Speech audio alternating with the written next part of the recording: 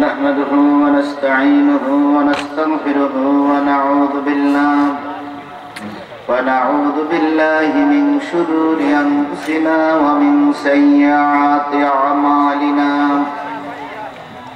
من يهده الله فلا مضل له ومن يضلله فلا هادي له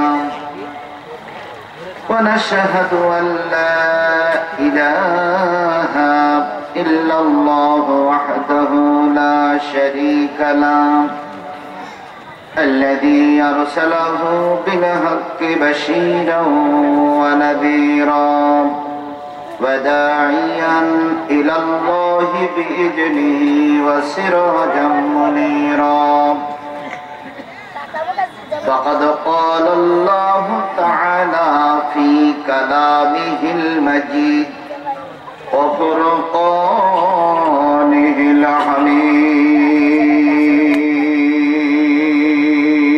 الحميد أعوذ بالله من الشيطان الرجيم بسم الله الرحمن الرحيم يوم تقلب وجوههم في النار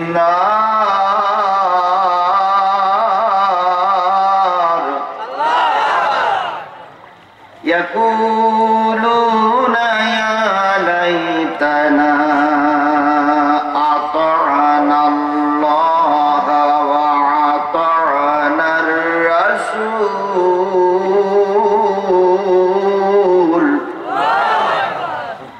وقالوا ربنا إنا أعطانا سادتنا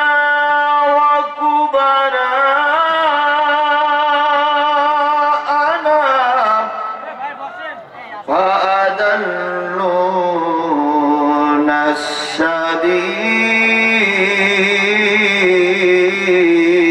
السبيل ربنا أعطهم ضعفين من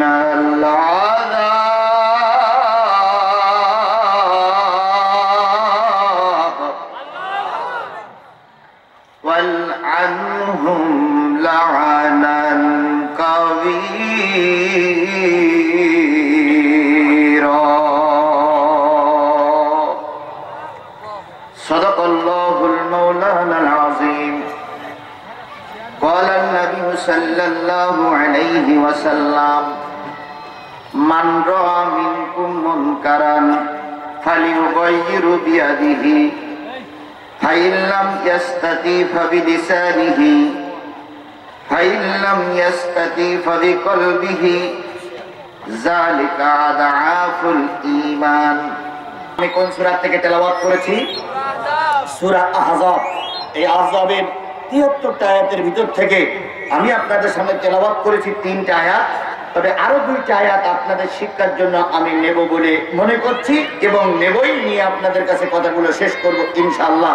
২১ নম্বর পারার আমি তেলাওয়াত করেছি ২১ নম্বর পারার ৩৩ নম্বর সূরা। আপনার কথা ঠিক আছে, আমি বলতে দেন। সূরা আহজাব হলো ২১ নম্বর পারার কত নম্বর সূরা? ৩৩ নম্বর সূরা। আয়াত সংখ্যা ৭৩, রুকু সংখ্যা ৯। ২১ নম্বর পারার ৩৩ নম্বর সূরা। সূরাটা শুরু হয়েছে ২১ নম্বর পারা থেকে, আর আমি তেলাওয়াত করেছি ২২ নম্বর পারা থেকে। কথা কি বুঝে আসছে? ২১ নম্বর পারা থেকে শুরু হয়েছে, আমি তেলাওয়াত করেছি ২২ নম্বর পারা থেকে। আমার বন্ধুগণ, ৭৩টা আয়াতের ভিতর থেকে আমি তেলাওয়াত করেছি ৩টা আয়াত, আমি 5টা আয়াতের আলোচনা করব ইনশাআল্লাহ। আর ছোট্ট একটা হাদিস ওই সঙ্গে নিয়েছি, ওই হাদিসটার পরে ভিত্তি করেই আল্লাহ যদি চায় আপনাদেরকে কিছু কথা শোনাবো। ওমা তৌফিকি ইল্লা বিল্লাহ। বলুন তো, আমরা যখন কোরআন হাদিসের কথা বলছি তখন আমাদের দেশে কিংবা বিভিন্ন জায়গায় আলেম ওলামাদের অবস্থা ভালো না খারাপ? কেমন খারাপ? ব্যাপক ব্যাপক খারাপ। যারা চুরি করতেছে তাদের কোনো সমস্যা নেই, যারা ডাকাতি করছে তাদের কোনো সমস্যা নেই, যারা পরের মেয়ে নষ্ট করছে ওদের কোনো সমস্যা নেই, যারা বিয়ের আগে মা হচ্ছে তাদের কোনো সমস্যা নাই। সমস্যা হলো আলেম ওলামাদের। আর আমাদেরকে কণ্ঠরোধ করার জন্য বিভিন্ন কায়দা কল্পনা পরিকল্পনা করা হচ্ছে। আমি জানি পাবনার অবস্থা, আমি জানি পাবনায় বড় বড় বাঘা বাঘা আলেমদেরকে বিদায় নিতে হয়েছে। আমার মতন একজন ক্ষুদ্র মানুষ কথা বলে টিকে থাকবে এটা আমি কল্পনাও করতে পারি না, কিন্তু বিপদ যে আমাদের সামনে না বলে যাই কুল। আল্লাহ রাব্বুল আলামিন বলতেছে, বান্দা শোনো, ইন্নাল্লাযীনা ইয়াকতুমুনা মা আনজালাল্লাহু মিনাল কিতাব ওয়া ইয়াশতারুনা বিহি সামানান কলিলা উলাইকা মা ইয়াকুলুনা ফি বুতুনিহিম ইল্লান নার ওয়া লা ইউকাল্লিমুহুমুল্লাহু ইয়াওমাল কিয়ামাতি ওয়া লা ইউযাক্কিহিম ওয়া লাহুম আযাবুন আলীম।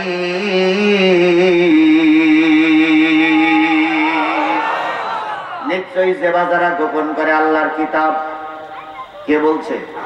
আল্লাহ বলছে যে বাজারা গোপন করবে আমার কিতাব, ওয়ায়াশতারুনা বিহি সামানান কলিলা, বিনিময়ে তারা অল্প কিংবা বেশি অর্থ নেবে, টাকা নেবে, কিন্তু তারা কি গোপন করবে? কোরআন গোপন করবে। এবার বলুন তো আপনার মুসলমানরা কোরআন গোপন করে কারা? কারা? যারা জানে তারাই। আমি এখন আপনার কাছে যদি 10টা টাকা চাই, যদি টাকা না থাকে দেবেন কোথা থেকে? তাহলে গোপন করবে তারাই যারা জানে। জানে কারা? আরো জোরে বলেন। আলেমরা, হুজুররা, পীর মাশায়েখ, মসজিদের ইমামরা। কথা বলেন ঠিক না বেঠি?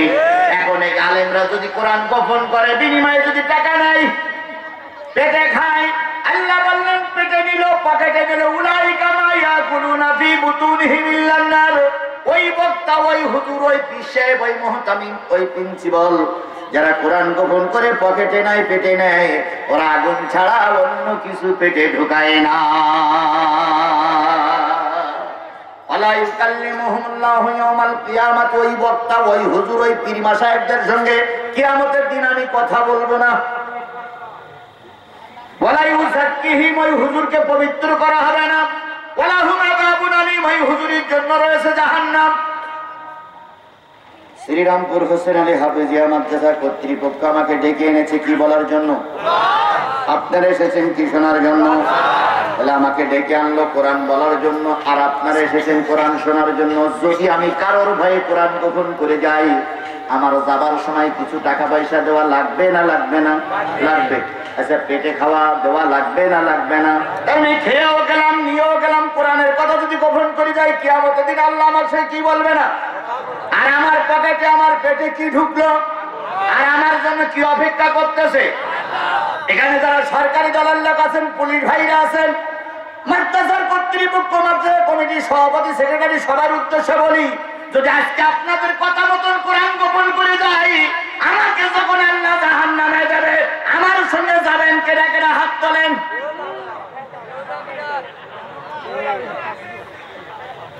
পুলিশের ভাইরা যদি এখানে থেকে থাকেন, সাদা কাগজে লিখে দেন হুজুর লাইন খারাপ। সাদা কাগজে লিখে দেন হুজুর লাইন খারাপ, আপনি গোপন করে যান, যে কায়দায় যান যান। কিয়ামতের দিন যদি আপনি বিপদে পড়েন, বন্দুক নিয়ে আমি আপনার সাথেই থাকবো। লিখে দেন, লিখে দেন। সে বেলায় কারোর খোঁজ পাওয়া যাবে না। আমি আপনার পাপটা রোজ করতেছি, জাহান্নামে যাবো কেন? আল্লাহ রাসূল বলেছেন, মান সুইলা আনিল মিন আলিমাহু সুম্মা কাতামাহুল জিমু ইয়াউমাল কিয়ামাতি বিলিজামি মিনান নার। যখন কোন আলেমকে ডেকে আনা হয় কোরআন হাদিস বলার জন্য, আর কিছু শ্রোতা কোরআন হাদিস শোনার জন্য আসে, ওই বক্তা, ওই আলেম যদি কোনো লোকের ভয়ে, কোনো নেতার ভয়ে, প্রশাসনের ভয়ে, কোনো মান সম্মান রক্ষা করার ভয়ে আল্লাহর কোরআন রাসূলের হাদিস গোপন করে, কিয়ামতের দিন ফেরেশতারা তার জিহ্বাটা আগুনের কেউসি দিয়ে কেটে জাহান্নামে নিক্ষেপ। আমার মাহফিল আমি 2 ঘন্টা না করে 10 মিনিটে শেষ করতে রাজি, কিন্তু যতক্ষণ বেশি আছি আল্লাহর কোরআন রাসূলের হাদিস গোপন করতে রাজি না। হাতি শিয়ালের মতন 32 বছর বেঁচে থেকে লাভ দাও। আল্লামা সাইদি মারা গেছে, সম্মান বেড়েছে না কমেছে? বেড়েছে। আমির হামজা জেলের থেকে বেরিয়েছে, সম্মান বেড়েছে না কমেছে? আজহারি যখন বিদেশ থেকে এদেশে আসবে, সম্মান বাড়বে না কমবে? কোরআনের পক্ষে থেকে ইজ্জত দেওয়ার মালিক আল্লাহ। তুমি আমি যতই বেইজ্জতি করার জন্য চেষ্টা করি, তুমি আজকে আইন তৈরি করে আলেমদের ফাঁসি দিচ্ছ। তোমার মরার পরে কুকুরের শুকর ছাড়া জানাজায় পাওয়া যাবে না, আর আলেমদের জানাজায় লক্ষ লক্ষ মানুষ আসে।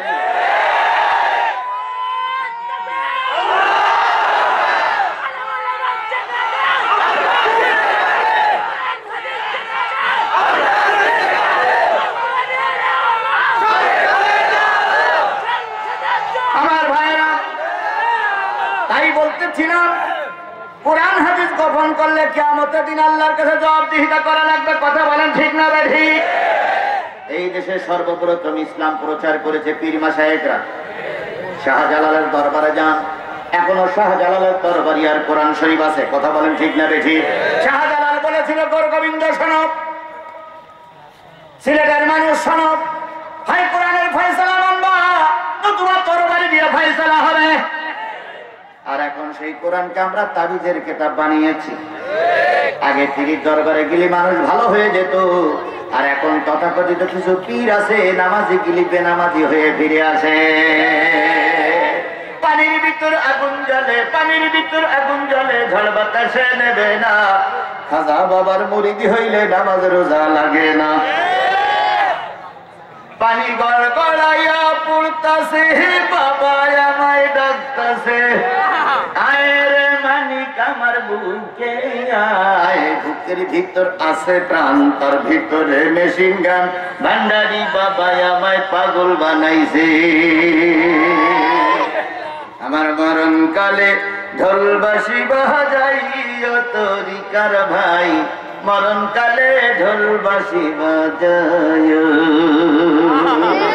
কালেমা কালামা ভাই, কোনো কিছুর দরকার নাই। গরু ছাগলের গুনো গীতি গাইও তরিকার ভাই, মরণ কালে ঢোলবাসি বাজাইও। এই সমস্ত ভান্ডারা এখন আছে না নাই? ওই ভান্ডাদের কারণে আলেমরা ফাঁসিতে ঝুলেছে। ওই ভান্ডাদের মামলার কারণে বিশ্বনন্দিত আলেম 13টা বছর জেল খেটেছে। এই ভণ্ডদের কারণে। তাই বলে মনে করেন না জিহাদি পীর বিরোধী, কখনো নয়। এদেশে সর্বপ্রথম দাড়িয়ার টুপি আমদানি করেছে পীরিরা। দাড়িয়ার টুপি পীরিরে আমদানি করেছে। শাহজালাল যদি না আসতো হয়তো এদেশে দাড়িয়ার টুপি আসতো না। খান জাহান আলী যদি না আসতো দাড়িয়ার টুপি হয়তো এদেশে আসতো না। সুতরাং শাহজালাল খান জাহান আলী আরবদের বিরোধী নাই, আমরা বিরোধিতা করি তথাকথিত সেই ভণ্ডদের। কথা বলেন ঠিক না ঠিক? বলি আল্লাহর বাংলাদেশ, এই শহীদ গাজীর বাংলাদেশ, রহম করুন আল্লাহ রহম। শাহজালালের বাংলাদেশ, শাহ মখদুমের বাংলাদেশ, শরিয়াতুল্লাহর বাংলাদেশ, খান জাহান আলীর বাংলাদেশ। তাদের পথে তাদের মতে কবুল করুন আল্লাহ, কবুল করুন আল্লাহ। ওলি আল্লাহর বাংলাদেশ, এই শহীদ গাজীর বাংলাদেশ, রহম করুন আল্লাহ, রহম করুন আল্লাহ।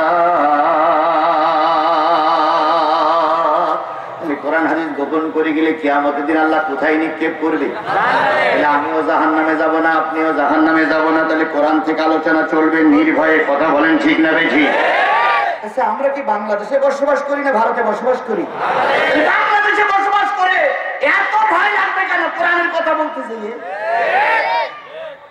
ভারতে যারা ওয়াজ করতে যায় শুনবেন, ভারতের কি বলে বিভিন্ন আনাচে কানাচে আমার দেশের বক্তারা যে ওয়াজ করে, একেবারে যা খুশি তাই ওয়াজ করে, একটা বলা হয় না। আর আমার দেশের খ্রিস্টান রূপী কিছু মুসলমান নেতা আছে, এটা রক্তে ভেজা, রক্তের ভিতরে খ্রিস্টানের রক্ত, এরাই কেবল কোরআন হাদিসের বিরোধিতা করে। তাহলে কোরআন হাদিসের কথা গোপন করলে জাহান্নামে যেতে হবে। সুতরাং কমিটিও জাহান্নামে যাবে না, কর্তৃপক্ষ জাহান্নামে যাবে না, থানাও যাবে না, আমরাও যাব না। তাহলে কিসের কথা হবে? সেই কোরআন থেকে আমরা আলোচনা করতে চাই। কোন সূরা? আহজাব। আহজাব শব্দের অর্থ হচ্ছে শত্রু বাহিনী। আহজাব শব্দের অর্থ কি? শত্রু বাহিনী। আহজাব একটা যুদ্ধের নাম। কেউ বলেছেন পরীক্ষার যুদ্ধ, কেউ বলেছেন খাল খননের যুদ্ধ। আর আরবিতে আহজাব একটা সূরা নাজিল হয়েছে। আহজাব মানে কি বাহিনী? শত্রু বাহিনী। এবার বলুন তো, মুসলমানদের সঙ্গে কাফেরদের সঙ্গে সর্বপ্রথম যে যুদ্ধটা হয়েছিল সেই যুদ্ধটার নাম কি? বদরের যুদ্ধে মুসলমান কত? কাফের কত? 1000 কাফেরের মোকাবেলা করে 313 জন লোক কালেমার পতাকা উড্ডীন করেছিল। আর আজকে ঘরে ঘরে মুসলমান, পাড়ায় পাড়ায় মুসলমান, এত মসজিদ, মোড়ে মোড়ে মসজিদ, মোকামে মোকামে মসজিদ, বাকে বাকে মসজিদ, একই সঙ্গে 5.5 লক্ষ 6 লক্ষ মসজিদের আযান হয়। অথচ আমাদের দেশে কেন কোরআন কায়েম হয় না? কারণ এক কালেমার দাওয়াত দিয়ে কেউ রুটি রুজি ব্যবস্থা করে, আর একই কালেমার দাওয়াত দিয়ে কেউ বা জেল খেটে খেটে মরে। তোমার দাওয়াত আমার দাওয়াত, নেই দাওয়াতে মিল। তোমার কিতাব আমার কিতাব, নেই আবার অমিল। তোমার দাওয়াত কুরমা পোলাও, তোমার দাওয়াত কুরমা পোলাও, প্লেট ভরা ভাত। আমার দাওয়াত জেলখানাতে দুর্বিষহ রাত। তোমার দাওয়াত আমার দাওয়াত, নেই দাওয়াতে মিল।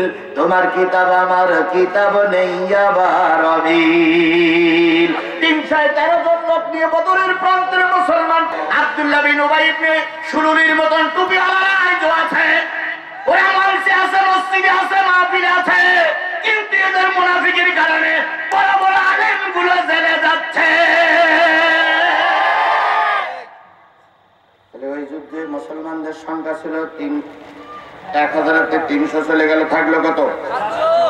মুসলমানরা চরম ভাবে বিপর্যয় সৃষ্টি হলো। মুসলমানরা মার খেলো। আমির হামজা সহ 70 জন মুসলমান শাহাদাত বরণ করলেন, 70 জন আহত হলো। এবার ইসলামের ইতিহাসে তৃতীয় যুদ্ধের নাম হলো আহজাব। পরীক্ষা, খাল খনন। এই যুদ্ধে মুসলমানদের সংখ্যা কত?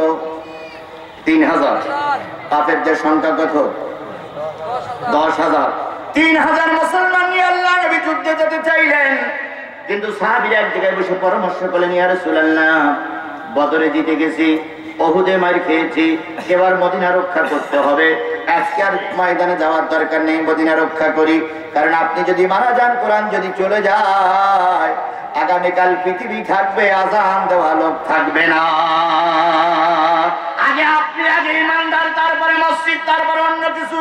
আজকে ইমানদারদের জেলখানায় ঢুকাচ্ছ, ইমানদারদের ফাঁসি দিয়ে মারতেছ, বিনা মামলায় বিনা ওয়ারেন্টি ইমানদারদের জেলখানাচ্ছ, আর মোড়ে মোড়ে সুন্দর করে মসজিদ বানাচ্ছ। ওই মসজিদ দিয়ে 1 ইঞ্চিও লাভবান হওয়া যাবে না। বলুন তো, একজন মুমিনের মর্যাদা বেশি না কাবার মর্যাদা বেশি? উত্তর দিতে পারলেন না। একজন মুমিনের মর্যাদা বেশি না কাবার মর্যাদা বেশি? একজন ইমানদারদের মর্যাদা বেশি না কাবার মর্যাদা বেশি? নিঃসন্দেহ কাবার থেকে একজন ইমানদারের মর্যাদা আল্লাহর কাছে বেশি। এই ইমানদারদের কষ্ট দিচ্ছ, আর মনে মনে থানায় থানায় মসজিদ বানাচ্ছ। এই মসজিদের দাম আল্লাহর কাছে 1 পয়সাও না। তবে হ্যাঁ, নিয়ত যদি ভালো থাকে পুরস্কার আল্লাহই দেবে। আমরা কারো নিয়তের পরে হস্তক্ষেপ করতে পারি না। কথা বলেন ঠিক না ঠিক? তবে জেনে নিল কাবা ঘরের থেকে মুমিনের মর্যাদা বেশি। এই যে সব হুজুররা যদি জেলখানায় যায়, তাহলে মসজিদে আযান দেবে কেডা? মসজিদে নামাজ পড়বে কেডা?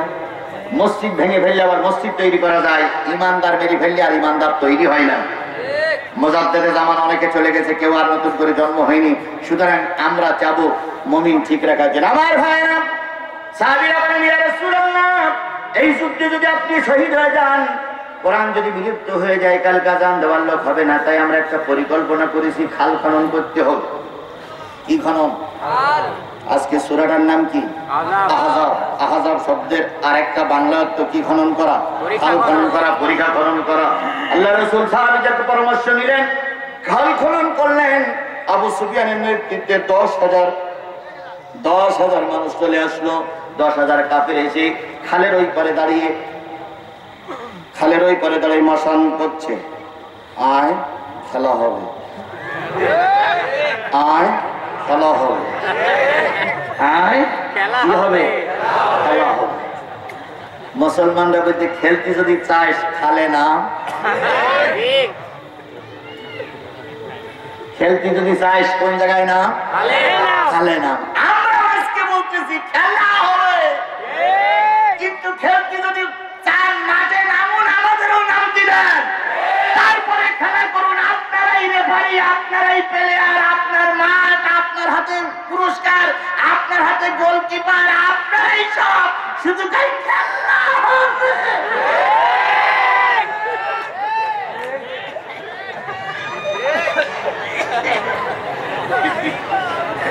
খেলতে গেলে কয় গ্রুপ লাগে? ধরেন আবহানী আর মোহামেডান। এখন আবহানী আসেনি, আইসে কি মোহামেডান। এখন মোহামেডান এসে নিজেরাই 2 ভাগ হয়ে গেছে,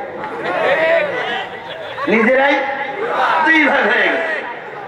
এখানে একজন, ওখানে একজন, 11 জন খেলোয়াড় এবার নিজেরা ভাগ হয়ে গেছে। ভাগটা হয়ে এইবার কাছে খেলা হবে। জনগণ কাছে মোহামেডান আবহানী কই, আবহানী দাওয়াত করিলাম তা আসিনি। ওই খেলা কেউ দেখবে? বলেন ওই খেলা কেউ দেখবে? আজকে আপনারা কোন খেলা করতেছেন দেশের মানুষ জানে, মরা লোক জানে, জিন্দা লোক জানে, বিশ্বের সবাই জানে, যারা খেলতেছে তারাও জানে। এই একতরফা খেলা, এটা জনগণ মেনে নেয়নি, নেবে না, নেওয়া সম্ভব না।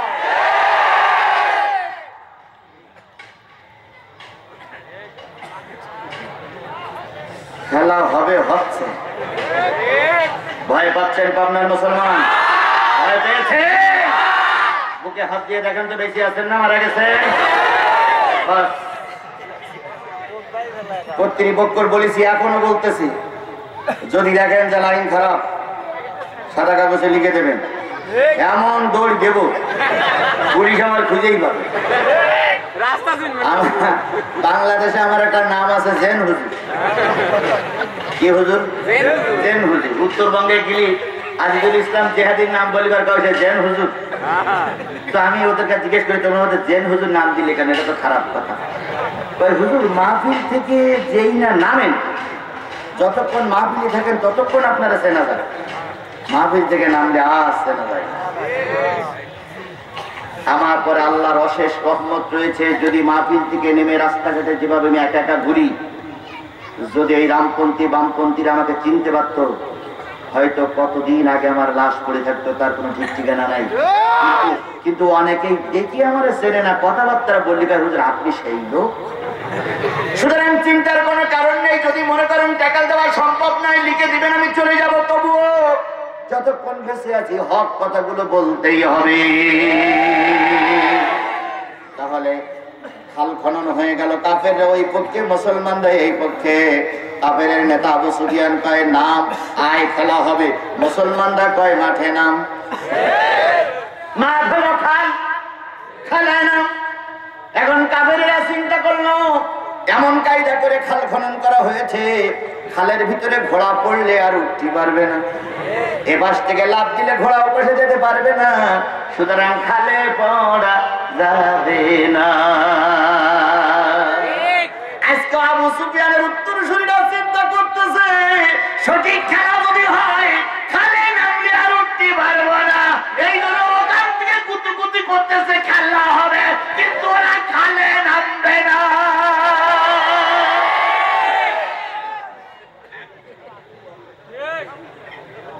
আল্লাহর নবীও ছিলেন চালাক মানুষ, সুবহানাল্লাহ বলেন, খুব সুচতুর মানুষ। নবী তার বাহিনী নিয়ে পাশে থাকলেন, কাফেরেরা তার বাহিনী নিয়েও পাশে থাকলেন। 1 মাস চলে গেল, যারা খালে নামে তারা আর ভালোভাবে ফিরে যেতে পারে না। ইতিমধ্যে কাফেরের লাশ 7টা পড়ে গেছে। কাফেরেরা চিন্তা করলো এখন তার নামা যাবে না, এবার ওখান থেকে গুতাগুতি করে, এখান থেকে গুতাগুতি করে, কিন্তু মুসলমানদের জয়ও হয় না, পরাজয়ও হয় না। দেখতে দেখতে মাস শেষ হয়ে গেল। আল্লাহ নবী বলেন এটা তো সম্ভব নয়। উহুদের যুদ্ধে একদিন হয়েছিল, বদরের যুদ্ধে একদিন হয়েছিল, কিন্তু এই খন্দকের যুদ্ধে, এই জাহাজের যুদ্ধে, খাল খননের যুদ্ধ মাস পেরিয়ে গেল, কিন্তু কোনো বিজয় আসতেছে না। আল্লাহর কাছে সাহায্য চাও। আল্লাহ যদি সাহায্য না করে, লোকজন দিয়ে আর লোক লস্কর দিয়ে ময়দান বিজয় অর্জন করা যাবে না। সাহায্য চাইতে হবে কার কাছে? আইনান এলাম তামাসসুহুন নার, আইনুন বাকাত ফি খুশিয়াতিল্লাহ ওয়া আইনুন বাতাত তাহরিসু ফিসাবিলিল্লাহ। দুইটা চোখ দুই কাজে লাগাও। একটা চোখ দিন কায়েমের জন্য ময়দানে কাজ করো, দাওয়াতি কাজ করো, ময়দানে মিছিল করো, মিটিং করো। আর একটা চোখ রাতের অন্ধকারে সবাই যখন নীরবতা পালন করবে, ঘুমিয়ে যাবে, ঠান্ডা পানি দিয়ে উজু করে 4 রাকাত তাহাজ্জুদের নামাজ পড়ো। তাহাজ্জুদের নামাজ পড়ে মালিকের কাছে 2 চোখের পানি ছেড়ে কাঁদো। আল্লাহ রাসূল বলেছেন, তোমার চোখের পানি নাকের ডোকা দিয়ে জমিনে স্পর্শ করার আগে তোমার দোয়া মালিকের কাছে কবুল হয়ে যায়। কাঁদো। নবীজি বললেন কাঁদো। আর সুন্নতের কোনো বরখেলাপ হচ্ছে কিনা দেখো। সাহাবীরা বলেন, ইয়া রাসূলুল্লাহ, সুন্নত তো ঠিক আছে, তাই না? দেখো তো কোনো সুন্নতের বরখেলাপ হচ্ছে কিনা। একজন বলেন, ইয়া রাসূলুল্লাহ, মেসাক করার সুন্নত মনে হয় কমে গেছে। হুজুর বললেন, সব জয়তুনের ডাল কাটো, যার সেই হাতের 1 বিঘতের বেশি ছাড়া যেন কম না হয়। বড় বড় জয়তুনের ডাল নিবা। জয়তুনের ডাল নিয়ে পরের দিন ফজরের নামাজের আগে, বেলাল আজান দেওয়ার আগেই সবাই উঠে লাইন দিয়ে বসে জয়তুনের ডাল দিয়ে মেসাক করা শুরু করেছে। আর অধিক রাতে আল্লাহ দিয়েছে কি? বৃষ্টি। বৃষ্টি দিয়ে মাঠ গেছে পিছলে হয়ে। আর আবু সুফিয়ান বাহিনীর গোয়েন্দা বিভাগের লোক, ডিবি পুলিশের লোক যে দেখতেছে, দেখতো ময়দানে কারা কিভাবে সাইতেছে। ডিবি পুলিশ, ডিএসবির পুলিশ, তারপরে গোয়েন্দা বিভাগের পুলিশ ওই পাশে এসে দেখে। অন্যদিন মুসলমানরা সকালবেলা তরবারি কি ধাপ দেয়, আজকে সব দাঁতে ধাপ দিচ্ছে। কোন জায়গায় ধাপ দিচ্ছে? দাঁতে ধাপ দিচ্ছে। গোয়েন্দা বিভাগের লোক যেই বলতেছে, আমাদের দেশে ডিএসবি বলেন, ডিবি বলেন, যেই বলতেছে, স্যার লাইন সাংঘাতিক খারাপ।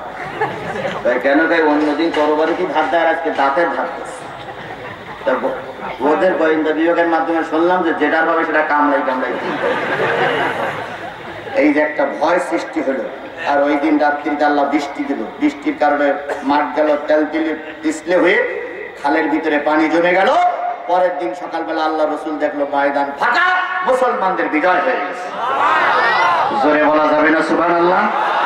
ওই যুদ্ধে মুসলমানরা 4 ওয়াক্ত নামাজ কাজা করে ফেলেছিল। ফজরের আজান হয়ে গেল। নবীজি বললেন, বেলাল আজান দিয়েছো? কয় আজান দিয়েছি। নামাজে দাঁড়াইও না। নামাজে যদি দাঁড়াও, কাফেরেরা খাল পাড়িয়ে আমাদের পর আক্রমণ করবে, আমরা সবাই মারা গেলে কালকে জোহরের আজান দেওয়া লোক থাকবে না। এখন নামাজ পড়ার দরকার নেই, আজান দাও। যদি কেউ একা একা পড়তে চাও পড়ো, কিন্তু জামাত করার দরকার নেই। জোহরের আজান হলো। নবীজি বলেন, এখনো নামাজে দাঁড়িও না, কারণ কাফেরেরা অত্যুতি বসে আছে। আসরের আজান হয়ে গেল। নবীজি বলেন, আজান হোক, কিন্তু নামাজে দাঁড়িও না, কারণ নামাজে দাঁড়াইলে ওরা কিন্তু আক্রমণ করতে পারে। মাগরিবের আজান পর্যন্ত অপেক্ষা করলেন, কাফেরেরা চলে গেল। এশা রক্তের সময় নবীজি বলেন, বেলাল আজান দাও। বেলাল আজান দিলেন। নবীজি বললেন, এটা এবার ফজরের জামাত শুরু হচ্ছে 2 রাকাত। 2 রাকাত পড়া হয়ে গেল। নবীজি বলেন, জোহরের জামাত শুরু হচ্ছে 4 রাকাত। 4 রাকাত পড়া হয়ে গেল। আসরের নামাজ শুরু হচ্ছে 4 রাকাত। 4 রাকাত পড়া হয়ে গেল। মাগরিবের নামাজ শুরু হচ্ছে 3 রাকাত পড়া হয়ে গেল। এবার নবীজি বলেন, এখন রক্তে এশা রক্তের নামাজ শুরু হচ্ছে। এশা রক্তের নামাজ তবে পড়লেন। 5 ওয়াক্ত নামাজ একবার পড়েছিলেন কাফেরদের মোকাবেলা করার জন্য। আজকে নামাজি লোক পাওয়া যায়, আজকে রোজাদার লোক পাওয়া যায়, আজকে পদ্মাশীলা নারী পাওয়া যায়, পদ্মাশীলা মানুষ পাওয়া যায়, কিন্তু একামতের দিনের পক্ষের মানুষ আজকে খুঁজে পাওয়া যায় না। এই জন্য বন্ধুগণ, আল্লাহ রসুল দিন কায়েমের জন্য প্রয়োজনে রক্ত দিয়েছেন, মারি খেয়েছেন, নামাজও 2 ওয়াক্তের নামাজ 1 ওয়াক্তে আজা করেছেন। সেই ইসলাম আজকে আমার থেকে দূরে সরে যাচ্ছে। আসুন আমরা এক প্ল্যাটফর্মে ওই দিনকে বজায় রাখি। তাহলে এতক্ষণ আহজাবের নাম বললাম। আহজাবের আয়াত কয়টা বলেছি? 73টা। আমাদের তেলাওয়াতকৃত আয়াত কয়টা? প্রথম আয়াতে চলে যাচ্ছে, আল্লাহ বলতেছেন, ইয়াউমা তুকাল্লাবু উজুহুহুম ফিন্নার। সেদিনে সেদিনের কথা মনে করো যেদিন একদল মানুষের উজুহুহুম মানে চেহারা ফিন্নার আগুন দিয়ে পোড়াই দেওয়া হবে, আগুন দিয়ে ঝলসানো হবে, আগুন দিয়ে পোড়াই দেওয়া হবে। ইয়াউমা তুকাল্লাবু উজুহুহুম ফিন্নার, সেদিনের কথা মনে করো যেদিন মানুষের অন্তর আর চেহারা আগুন দিয়ে পোড়াই দেওয়া হবে। যাদের চেহারা আর অন্তর আগুন দিয়ে পোড়াই দেওয়া হবে তারা বলবে ইয়াকুলুনা ইয়া লাইতানা আতানাল্লাহ ওয়া আতানার রাসূলা। সেদিন যাদের চেহারা আর অন্তর আগুন দিয়ে পোড়াই দেওয়া হবে তারা বলবে হায় হায়, যদি আমরা আল্লাহ মেনে চলতাম, রাসূলের আনুগত্য করতাম, আজকে জাহান্নামের আগুনে আমাদের পোড়া লাগতো না। একদল মানুষের কি পোড়াই দেওয়া হবে? চেহারা। আর কি পোড়াই দেওয়া হবে? অন্তর, কলব পোড়াই দেওয়া হবে। কাদের? যারা আল্লাহ এবং রাসূল মেনে চলে না। তাহলে তাদের অন্তর আর চেহারা কি দিয়ে পোড়ানো হবে? এই মুসলমান কথা বলেন, কি দিয়ে পোড়ানো হবে? আগুন দিয়ে পোড়ানো হবে। যাদের পোড়ানো হবে তারা বলবে হায় আফসোস, যদি আমরা আল্লাহ এবং রাসূলের আনুগত্য করতাম তাহলে আমাদের এই অবস্থা হতো না। তাহলে বোঝা গেল আল্লাহ এবং রাসূলের পথ অনুকরণ করে যারা চলবে না, কিয়ামতের দিন তাদের চেহারা আর অন্তর কি দিয়ে পোড়াই দেওয়া হবে?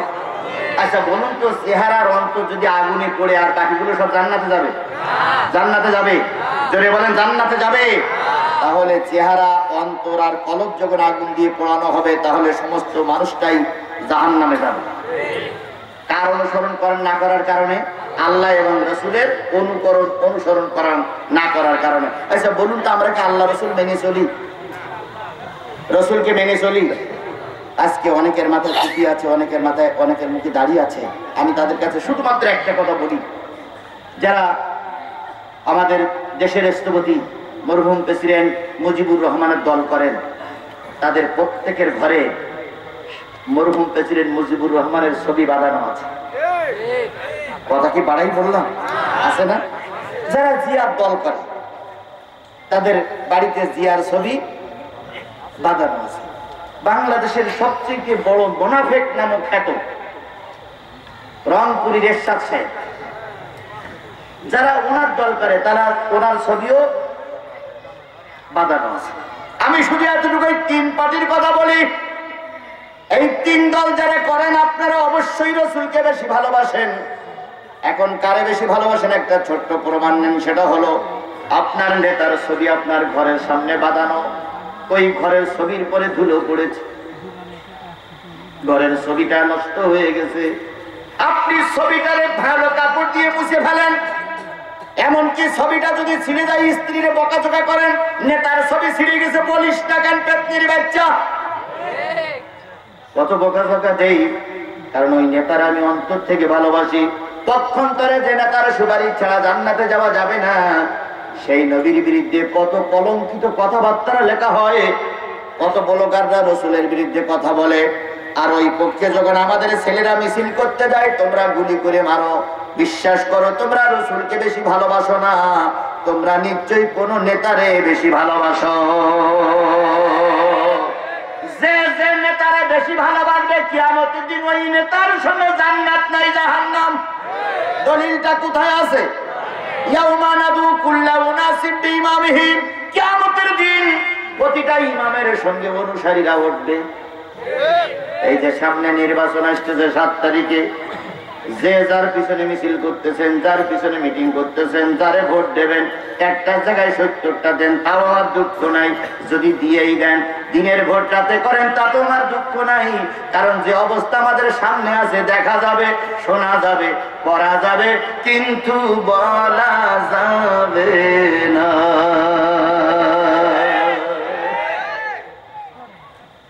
গত নির্বাচনের আগে একজন গল্প করতে, হুজুর 196টা ভোট দিচ্ছে। নির্বাচনের পরে হুজুর 100, আমার খুব আত্মীয়।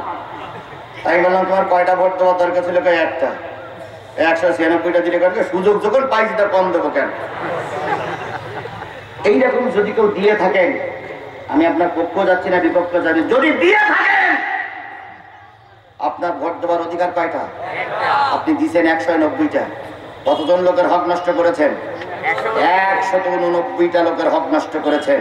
আল্লাহর কসম, আলেম ওলামারা এখানে বসা কোরআন শপথ করে বলতেছি, যাদের ভোট দেওয়ার অধিকার ছিল তাদেরকে আপনি বঞ্চিত করে 190টা ভোট দিয়ে 189 জন লোকের হক নষ্ট করেছেন। কিয়ামতের দিনে 189 জন লোক দাবি করবে, আল্লাহ এ আমার আমানতের খেয়ানত করেছে, আমি মাফ করব না। তুমি বুজুর্গ হও, পীর সাহেব হও, যত বড় দলের লিডার হও, তুমি জাহান্নামী, কারণ 189 জন লোক তোমার বিরুদ্ধে আল্লাহর কাছে নালিশ করবে। পরের হক নষ্ট করে পীর সাহেব সাজো, তাই না? পরের হক নষ্ট করে বুজুর্গ সাজো, তোমার ওই বুজুর্গর আল্লাহর কাছে এক আনাও দাম নাই।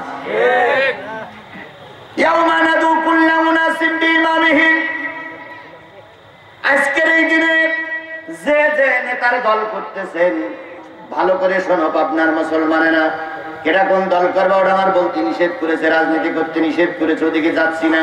মাঝে মাঝে একটু মুখ ফসকে দুটোটা বেরিয়ে যাচ্ছে, তবে আমি যাবো না বুঝি টানাটানি করতেছি, কারণ এখন অবস্থা তো ভালো না, বাড়ি যাওয়া যায় কিনা আল্লাহ ভালো।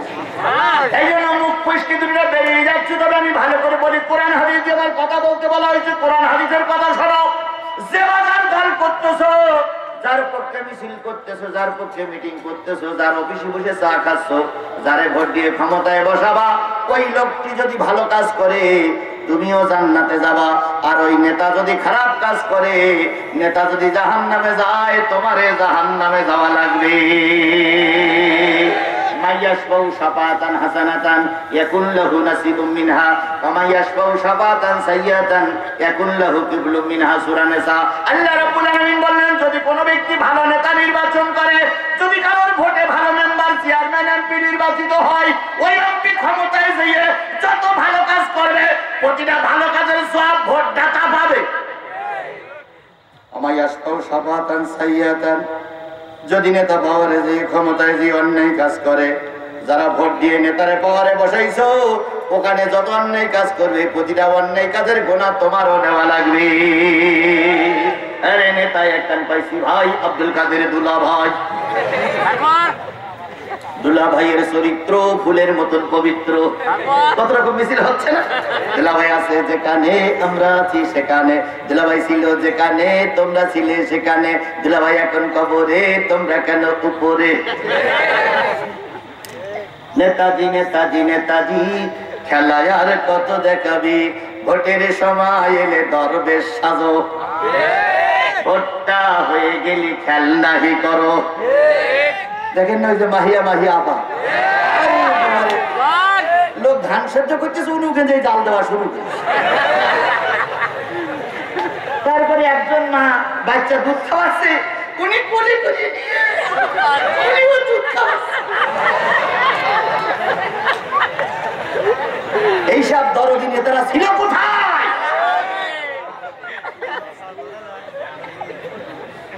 সারা জীবন ক্রিকেট খেললো মাগুরার এক পোলা, 6 মাইল কিভাবে 4 মাইল কিভাবে আউট করতে হয় কিভাবে ও জানে, ও রাজনীতি কি বোঝে। তারপর রিয়াজ বলে এক নায়ক বলে দাঁড়াইছে, ফেরদাউস। ওরে বড় নামটা কত সুন্দর, জান্নাতুল ফেরদাউস। ও সারা জীবন পরের মেয়ে লোক নিয়ে বসে নষ্ট করিস, এ গাছতলায় বসা, ও গাছতলায় বসা, প্রেমের গল্প করা। উনি এখন তো আমি মসজিদের খতিবের কাছ থেকে মাইক কিনে নিয়ে ওয়াজ করতেছে, আমি টুপি মাথায় দিচ্ছি, দাঁড়িয়ে ভণ্ড ভণ্ড ভণ্ড প্রতারক। কথা বলেন ঠিক না ঠিক? এই ভণ্ড প্রতারক থেকে জাতির আল্লাহ পাক হেফাজত করুন। আমিন।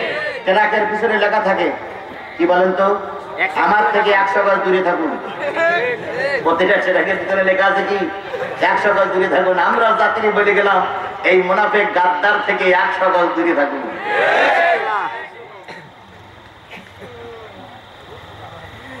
খারাপ নেতা নির্বাচন হয়ে গেল, খারাপ নেতা ক্ষমতায় দিয়ে যদি অন্যায় কাজ করে, সব গুনাহ নেওয়া লাগবে। বর্তমান যারা পাওয়ারে আছে, এরাই আল্লামা সাঈদীর বিচার করেছে। বলেন ঠিক না ঠিক? আমি পক্ষেও যাচ্ছি না, বিপক্ষেও যাচ্ছি না, কারণ পুলিশ আমার পিছনে লেগে আছে। আমি পক্ষেও যাচ্ছি না, বিপক্ষেও যাচ্ছি না, শুধু এতটুকু কোরআন হাদিস দিয়ে পড়ি। যদি আল্লামা সাঈদীর বিচারটা যদি সঠিক হয়ে থাকে, আর আল্লামা সাঈদীর বিচারটা যদি সত্যিকার ভাবে করা হয়ে থাকে, তাহলে এর জন্য যত নেকি হয়েছে, রাজা, এমপি, মন্ত্রী, ভোটার সবাই সব পাবে। যদি বড় হুজুরের বিচারটা যদি অবৈধ হয়ে থাকে, যদি অন্যায় করা হয়ে থাকে, হয়েছে কিনা আমি বলবো না, যদি হয়ে থাকে, যদি হয়ে থাকে তাহলে এই একজন আলেমকে মারার জন্য যত পাপ হবে, সরকার বাহাদুর থেকে শুরু করে যারা ওই সরকারকে ক্ষমতায় বসাই রেখেছেন, তারা প্রতিটা লোক এই গুনার ভাগিদার নিয়ে কবরে যাওয়া লাগবে।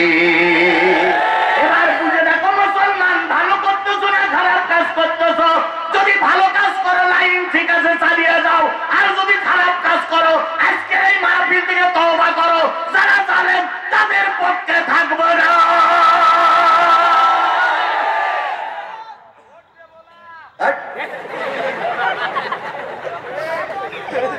অনেক জিনিস বলতিনি ভাই, বোঝেন?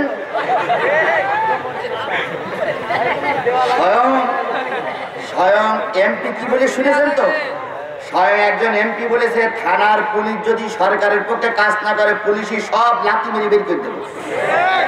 তারপর আর একজন নেতা বলেছে, যদি এই সরকারের পক্ষে না কাজ করো, পানি বিদ্যুৎ বন্ধ করে দেব। আর একজন বলতেছে ঠ্যাং ভেঙে দেবো। আর একজন বলতেছে টুপি আর লাথি মেরে তাড়াই দেবো। আর তুমি সেখানে বলতেছে ভোট দেবো না তোমার। খেলা তো হচ্ছে, খেলা হচ্ছে না তো আমি কি এমনি বসে আছি না? আল্লাহ, সারা রাত হয় আপনি থাকবেন, আমি থাকতে পারবো না। আপনার আর 22 মিনিট টাইম হবে। বেশ, এই 22 মিনিটই বল। ওরে যে খেলা হয় 22 মিনিটও খেলা যায়, অনেক সময় টাইব্রেকারের গোল হয়, আবার অনেক সময় 1.5 ঘন্টা খেলেও গোল করা যায়। কত ব্যস্ত হয়েছেন কে? কি আপনারা ঠিক আছেন তো?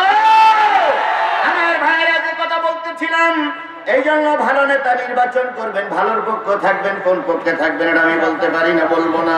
জামাত ইসলামের পক্ষে থাকতে বলবো না, চরমনার পক্ষে থাকতে বলবো না, হেফাজতের পক্ষে থাকতে বলবো না, আওয়ামী লীগের বিরুদ্ধে যান তাও বলবো না, বিএনপির পক্ষে আসেন তাও বলবো না। তবে একটা জিনিস মনে করে রেখো, নেতা থেকে শুরু করে সকলকে কবরে যাওয়া লাগবে।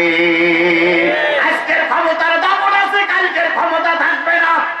আজকে তোমার পক্ষে মিছিল করতেছে, কালকে তোমার কবরের পরে সেলুটের বদলে জুতোরে বাড়িয়ে দেবে। আজকে যে পুলিশ তোমার পক্ষে সেলুট দিচ্ছে, কালকে সেই পুলিশ তোমার কোমরে দড়ি বেঁধে জেলখানায় নিয়ে যাবে। যেন আল্লাহর আনুগত্য, রাসূলের নেতৃত্ব মেনে না চলার কারণেই চেহারা আর অন্তর কি দিয়ে পোড়াই দেওয়া হবে? যাদের চেহারা আর অন্তর গুলো আগুন দিয়ে পোড়াই দেওয়া হবে, তারা কি বলবে? রব্বানা আতিহিম দিফাইনি মিনাল আযাব। হে আমার রব, হে আমার আল্লাহ, যাদের যাদের যাদের চক্রান্তের কারণে তোমাকে এবং রাসূলকে ভুলে গেছিলাম, যারা আমাদের ভালো কাজ করতে দেয়নি, ভালোর পক্ষে সাপোর্ট থাকতে দেয়নি, ভালো কাজ করবো বলে ময়দানে নেমেছিলাম, গুলি করে মেরেছিল, অথবা মিথ্যা গায়েবী মামলা দিয়েছিল, যারা আমাদের নামে মামলা দিয়েছিল, গায়েবী মামলা, মিথ্যা মামলা, ওদেরকে ডবল আযাব দাও। আমার যা দেওয়া তার চেয়ে ওদেরকে কি দাও? ডবল দাও।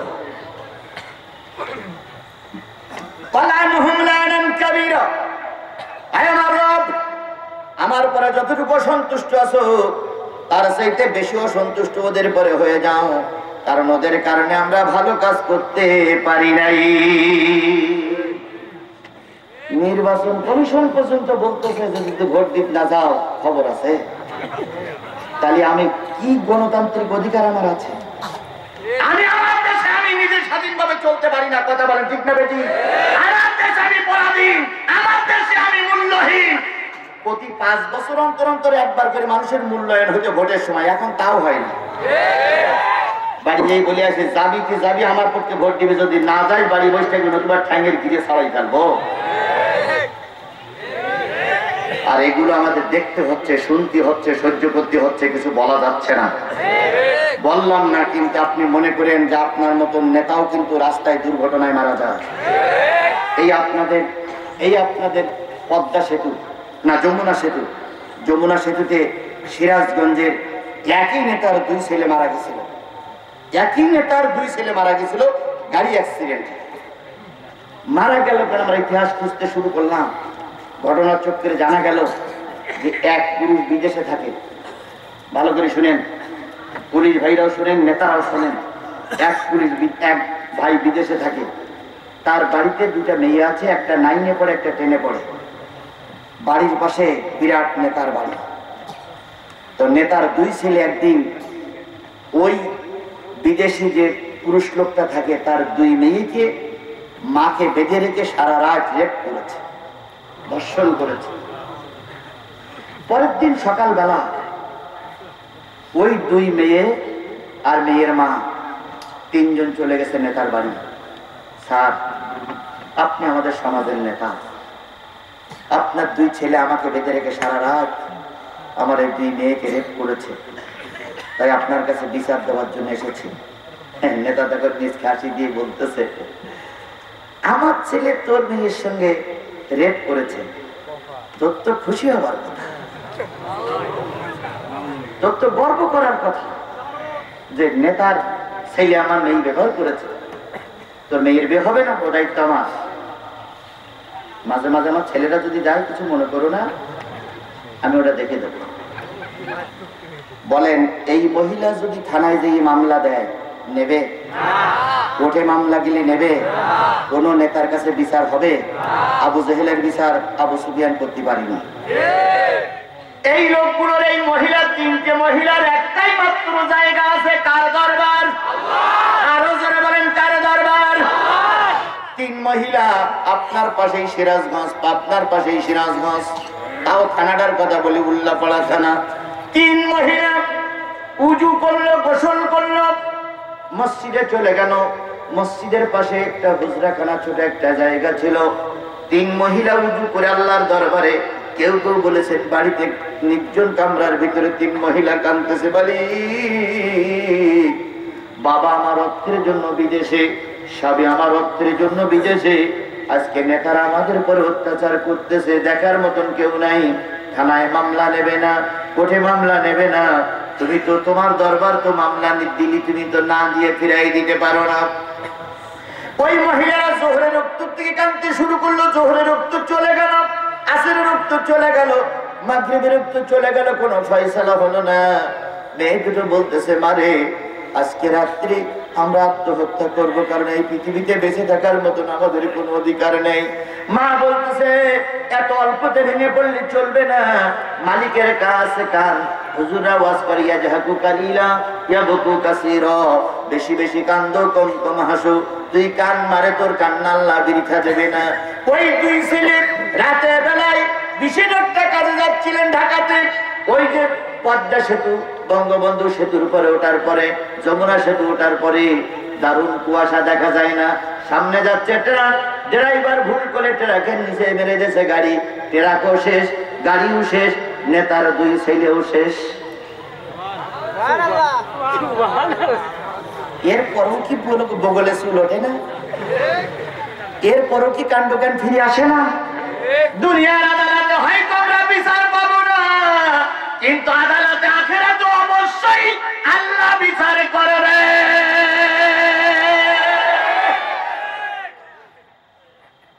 যাদের হৃদয় আছে আল্লাহর ভয়, তারা কভু পথ ভুলে যায় না। যাদের হৃদয় আছে আল্লাহর ভয়, তারা কভু পথ ভুলে যায় না। আল্লাহর প্রেম ছাড়া এই দুনিয়ায় কারো কাছে কোনো কিছু চায় না। রাতের আধারে যারা সেজদাতে রয়, 2 চোখের অশ্রুতে নদী যেন বয়। ছলনার হাত চানি যতই আসুক, ছলনার হাত চানি যতই আসুক, পিছনে ফিরেও তাকায় না।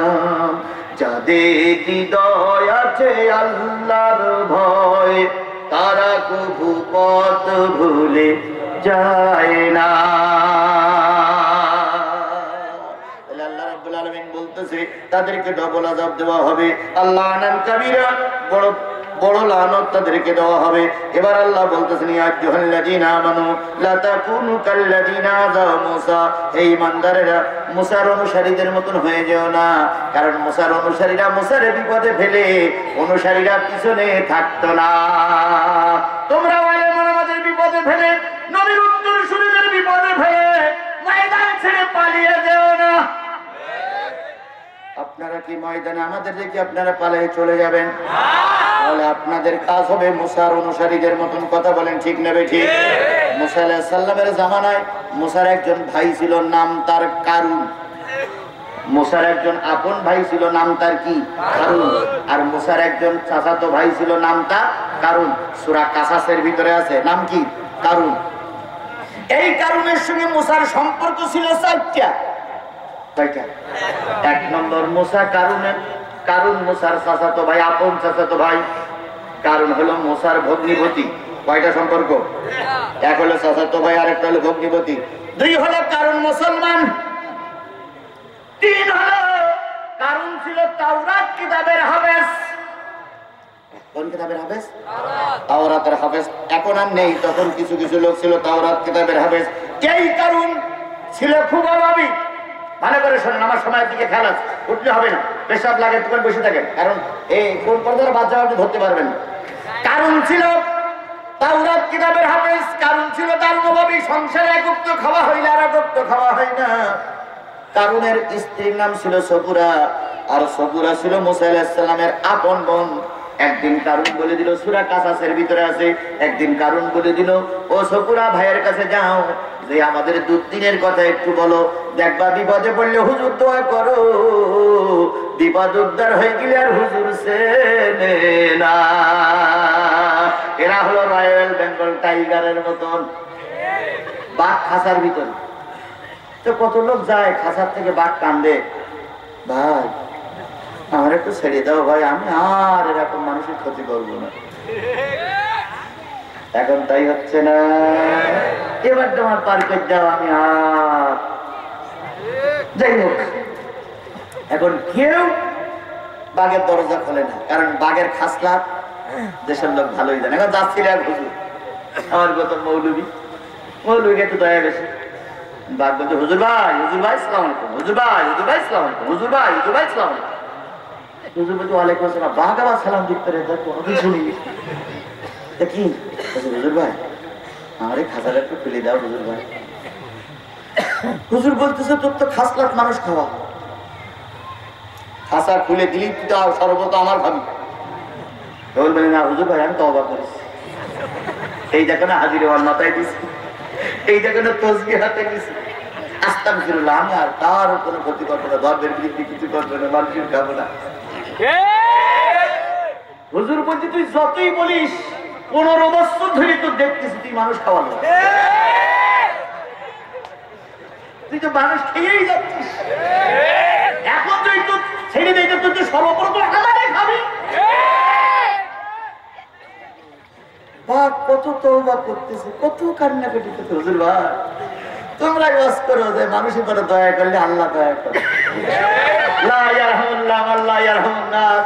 যে ব্যক্তি মানুষের প্রতি, সৃষ্টিজীবীর উপরে দয়া করে না, আল্লাহ তারপরে রহম করে না। তোমরা তুই ওয়াজ করো, একটু দরজা খুলে দাও হুজুর ভাই, আর কোনো দিন মানুষ খাবো না।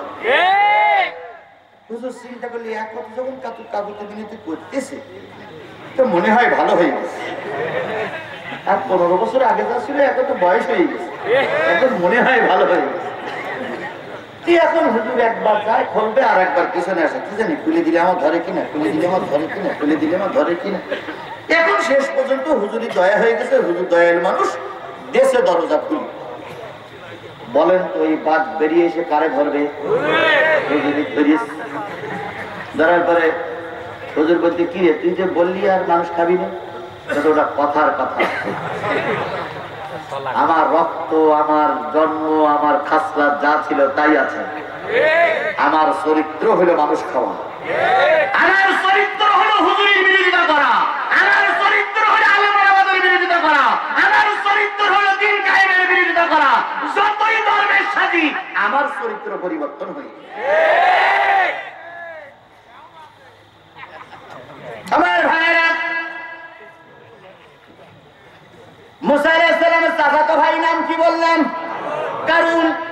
কারণ বলল সপুরা ভাইয়ের কাছে যাও, আমাদের অভাবের কথা বলো।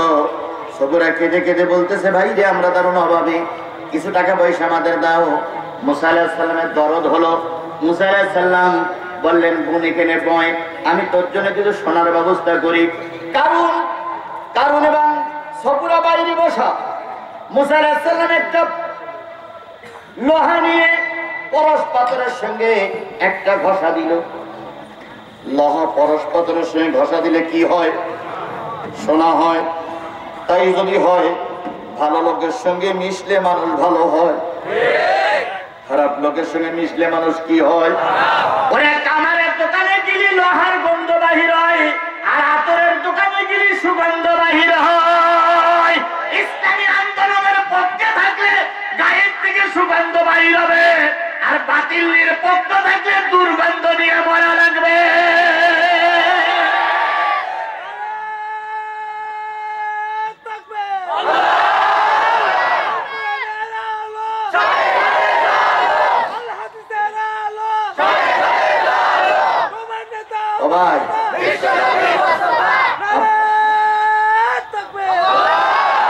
আপনাদের কষ্ট হচ্ছে না ভাই?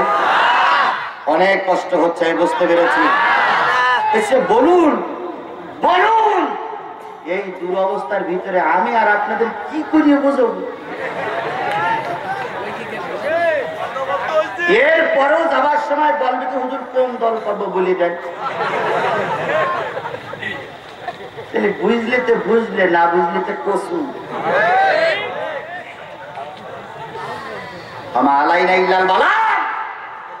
আমাদের দায়িত্ব পৌঁছানো দেওয়ার, করবা কিছু না করবো ওটা তোমার দায়িত্ব। কিছু লোক হুজুররা বোঝে না। হ্যাঁ, হুজুররা বোঝে না, তোমাদের শুধু বিয়ে করলে ছেলে মেয়ে হয়, আর আমাদের কিছু হয়। তোমরাই একলা বোঝো, আমরা বুঝি না।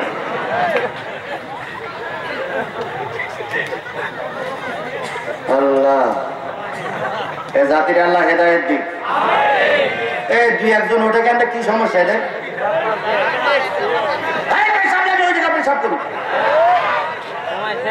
হাজার হাজার লোক বসিয়ে দিয়ে ফুটপাট করে ওঠে। আল্লাহ কবুল করুক। সময়ের কয়েক মিনিট আছে, আয়াত শেষ করবো। আয়াত শেষ করতে সময় শেষ। অনেকক্ষণ বেশি আছেন, আল্লাহ আপনার দোয়া হবে ইনশাল্লাহ দোয়া করবো। ও ভাই 10 মিনিট 15 মিনিটের সময় দেওয়া যাবে না ভাই? আমার খেয়াল আছে ভাই। আমার বুঝাচ্ছিলাম কারণের অভাব, দারুণ অভাব। পরশ পাথর দিয়ে দিল, পরশ পাথরটা বাড়ি নিয়ে বিক্রি করে যা টাকা হয়েছে অনেক টাকার মালিক। এবার কারুনা সবুরা চিন্তা করে, টাকা যখন পরশ পাথরে সোয়াইলে যখন সোনা হয়ে গেছে, তাহলে গ্রামের যত ললক আছে চল দিয়ে লাইন দেই, ললক করে ছয় আর সোনা হয়। এভাবে করতে করতে কারুন এখন বিরাট টাকার মালিক, কোটি কোটি টাকার মালিক, বিলিয়ন বিলিয়ন টাকার মালিক। কেমন ধনী কারণ ছিল যে কারণের কথা আল্লাহ পাক কোরআন শরীফের ভিতরে লিখে দিয়েছেন। এই কারণ যখন বিরাট ধনট্য হয়ে গেল, তখন মুসা আলাইহিস সালামকে আল্লাহ আয়াত নাযিল করে দিয়ে বললেন, ও আমার জামানার পয়গম্বর, ধনী ব্যক্তিদের বলো তারা যেন যাকাত দেয়। কে বলতেছেন? ধনী ব্যক্তিদের বলো তারা যেন অর্থ থেকে কি দেয়? যাকাতের হুকুম। এটা কি কোনো মৌলবী সাহেবের ফতোয়া? আর ফতোয়া? এবার কারণ ধনীদের ডেকে বললে যাকাত দাও। ধনীরা বললে সবচেয়ে বড় ধনী তোমার বন্ধু, তোমার ভগ্নিপতি, তার কাছে হেদায়েতের বাণী পৌঁছাও। মুসা বলছে, ভাই তোর তো কিছুই ছিল না, নির্বাচনে পাস করার আগে তো স্যান্ডেল কেনা পয়সা ছিল না, তুই চালাচ্ছিস এখন ভাঙা শুরু সাইকেল, এখন 5,000 গাড়ি চালাইস রে ভাই। কি কোটি কোটি টাকার মালিক, জাকাত দে, জাকাত দে। কারণ কয় জাকাত তো দেব কত? মুসা আলাইহিস সালাম মিসকে হাসি দিয়ে বলছে, ভাই অর্ধেক। মুসা আলাইহিস সালাম তো তোতলা ছিল না, মাইন নিয়ে না, কত? অর্ধেক। কারণ কয় আয় করলাম আমি, কষ্ট করলাম আমি, কোটি কোটি টাকা যেভাবে আয় করেছি আমি, আর হুজুর এসে জাকাত দিক দিলে অর্ধেক হবে না। মুসা আলাইহিস সালাম যে বলতে, আল্লাহ অর্ধেক দেবে না, কমাই দেন, আল্লাহ কাছে 4/1 মুসা আলাইহিস সালাম কারণ যদি বলতে 4/1 তাই থেকে হিসেব কিতাব করি, তবে এত আমি জিততে পারবো না। আল্লাহ বলল 10/1 10 টাকা থাকলে 1 টাকা, কারণ বললে হবে না, শেষ পর্যন্ত 2.5% শতকরা। কারণ বললেন হিসেব কিতাব করে দেখি যে কি করা যায়। এবার কারণ হিসেব কিতাব করে দেখতেছে যে যে পয়সা জাকাতের পয়সা এক জায়গায় হয়েছে, এই পয়সা যদি 40 বছর, 1 বছরের জাকাতের টাকা 40 বছর, 40,000 কর্মচারী যদি রাত দিন 24 ঘন্টা দিতে থাকে, তাহলে 1 বছরের জাকাতের পয়সা দিয়ে শেষ করা যাবে। কারণ বলে দিল মুসা জাকাত দিতে পারবো না। আল্লাহ বলেছে আকিমুস সালাত ওয়া আতুজ যাকাত, নামাজ কায়েম করো, জাকাত আদায় করো। জাকাত আদায় দিতে হবে। মুসা আলাইহিস সালাম তো তোতলা মানুষ, বলতেছে জাকাত কিভাবে আদায় করতে আমি জানি না, কারণ বলতে পারলে আদায় করে দিও। এই যে টক্কর বেঁধে গেল নবী আর ভগ্নিপতির বিরুদ্ধে, দুইজনে কিন্তু মুসলমান, শুধুমাত্র কোরআনের আইন একজন প্রতিষ্ঠিত করতে চায় আর একজন কোরআনের আইনের বিরোধিতা করতেছে। মুসলমান কিন্তু দুইজন, মুসলমান দুইজন, নামাজি দুইজন, টুপিওয়ালা দুইজন, পাগড়িওয়ালা দুইজন। একজন তাওরাতের বিধান চালু করতে চায় আর একজন তাওরাতের বিধান নগণ্য করতে চায়। এবার কারণ চিন্তা করলো মুসাকে তো ঠকানো যাবে না, এমন একটা দোষ মুসার বিরুদ্ধে বের করতে হবে যাতে করে মুসা মাথা উঁচু করে দাঁড়াতে না পারে। সে দোষটা হলো মুসার বিরুদ্ধে জিনার তহমত দেওয়া লাগবে। এই জিনার তহমত আজকে নতুন করে আসেনি, হুজুর ধরলেই ধর্ষণের মামলা, এটা কিন্তু নতুন করে আসেনি, ওই কারণের সমাজ থেকে চলছে।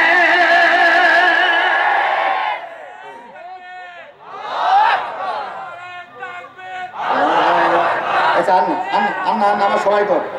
এবার কারণ চিন্তা করলো কি করে হুজুরের ঠকানো যায়।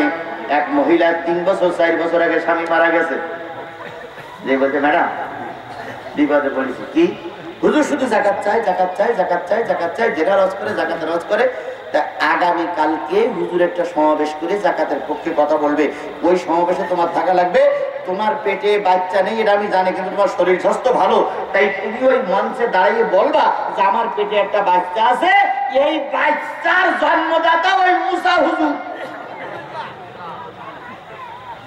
মহিলা বলতেছে কারণটা কি? ওই কারণ হলো আমার কাছে জাকাত চায়, এই সমাজে শরিয়াতের বিধান চালু করতে চায়, আমি এইটার পক্ষে নয়, তাই আমি কি করতে চাচ্ছি, ওর বিরুদ্ধে একটা মিথ্যা তহমত দিতে চাচ্ছি। মহিলা বললেন আমি বলতে পারবো না, যেহেতু তোমার পেটে বাচ্চা নাই। ওই কারণ তখন বললো 1 বস্তা টাকা করে দেব, শুধু একটা মিথ্যা সাক্ষী দিবি। আজকে মিথ্যা সাক্ষী দিয়ে দিয়ে বড় বড় আলেমদেরকে মেরেছ। এই পাপ নাই, আমি নাম বলবো না, এমন নেতা আছে খায়ে ক্যান্সার হয়েছে, ডান পায়ে ক্যান্সার হয়েছে, ক্যান্সার সারে না। উনি আমাকে বলেছিলেন হুজুর, কোরআন শরীফ সামনে নিয়ে শপথ করে বলতেছি, উনি আমাকে বলেছিলেন হুজুর আমার সাক্ষীর কারণে একজন নেতার ফাঁসি হয়ে গেছে, আমার ক্যান্সার আল্লাহ ভালো করবে না।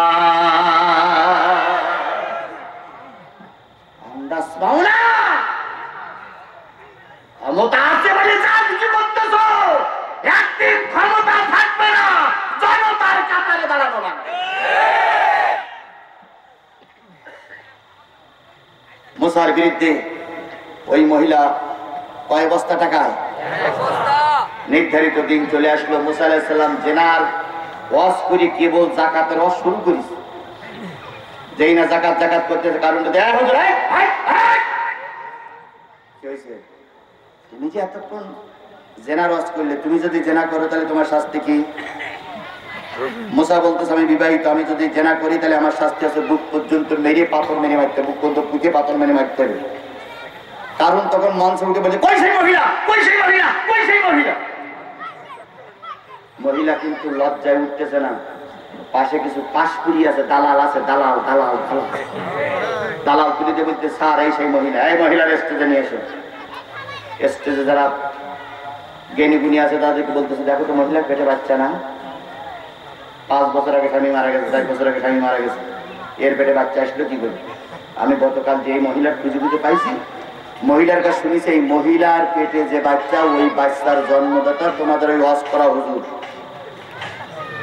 ও আমার জাতি, মুসা আলাইহিস সালামকে যারা জেনার তহমাত দিয়েছিল, সেই রক্তে জন্মগ্রহণ করা জাতি আজকে সমাজে এখনো আছে। এরাই আলেমের বিরুদ্ধে মিথ্যা তহমাত দিতে পারে, এরাই ইসলামী আন্দোলনের বিরুদ্ধে মিথ্যা তহমাত দিতে পারে। আজকে পাওয়ার আছে, কারণের মতো দিচ্ছ, কিন্তু একদিন পাওয়ার থাকবে না। আল্লাহ বিচার করবেই করবেই করবেই করবেই করবে।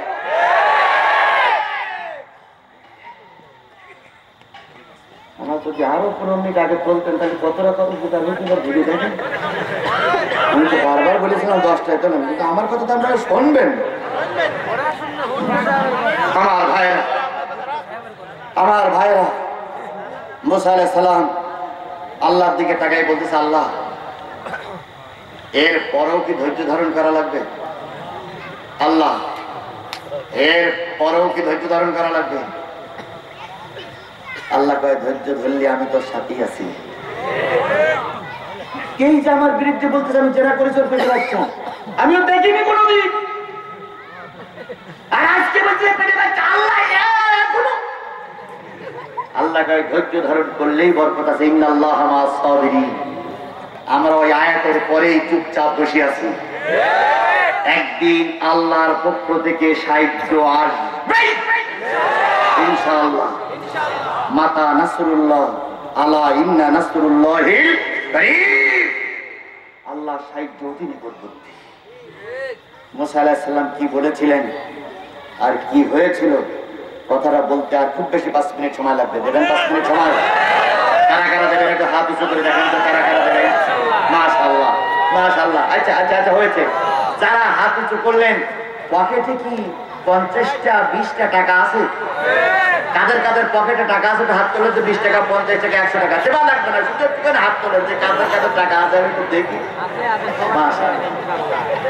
এই যে আজকের এই হাফিজিয়া মাদ্রাসা থেকে, এই যে হাফিজিয়া মাদ্রাসা 3টে টকবগে ফুটান্ত গোলাপ ফুল বাহির হলো,